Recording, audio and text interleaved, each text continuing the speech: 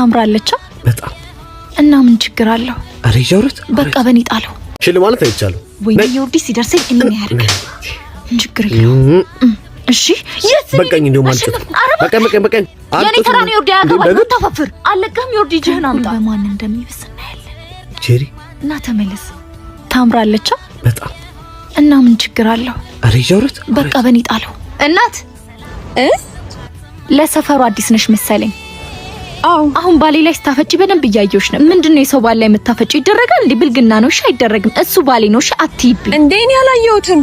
በቃ አሁንም ትኩረት ለመሳባት ሞክሪ። ቀጥ ብለሽ ሂጂ ሆ ያማታል እንዴ? ያስ ምን ሆነ ነው የደበራት?